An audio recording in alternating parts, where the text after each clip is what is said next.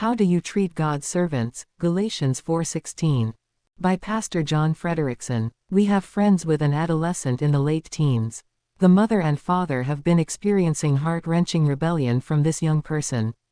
The teen has been moody, mouthy, disobedient, unappreciative, defiant, and far more. The father often takes the side of the misbehaving child, likewise railing on the mother. As a result, the teen is living in sin, the relationship of the parents is broken relationship, and the mother is heartbroken.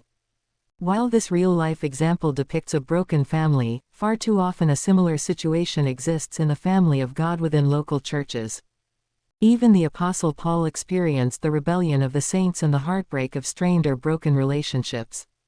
The believers in the region of Galatia had been ill-influenced by false teachers who had been successful in pulling them back into the bondage of trying to keep the Mosaic law.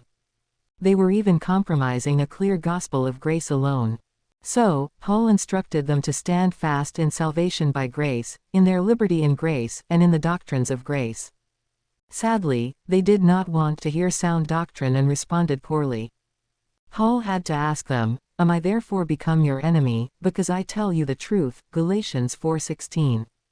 The Corinthians were also carnal in their treatment of Paul. When he sought to bring them out of sinful conduct, he was actually despised by those he sought to help. I Corinthians 4:10. How? Certainly they despised him in attitude, but there were other ways too. Even after he led them to Christ, Paul said they questioned his apostleship, demanding further proof of Christ speaking in me. 2 Corinthians 13:3. Even through all this, Paul told them that he was willing to sacrificially spend and be spent for you, though the more abundantly I love you, the less I be loved. 2 Corinthians 12:15. It seemed like the more he did for them, the less they appreciated it, and their treatment of him deteriorated more and more. How sad. How do you treat God's servants, especially those who regularly minister to you? Do you angrily resist the truth they teach when it stands contrary to how you want to do things? Do you question their authority as a leader God has graciously provided? Do you allow yourself to despise them? Or do you appreciate their work and sacrifice on your behalf? Let today mark a positive change in the way you treat God's servants.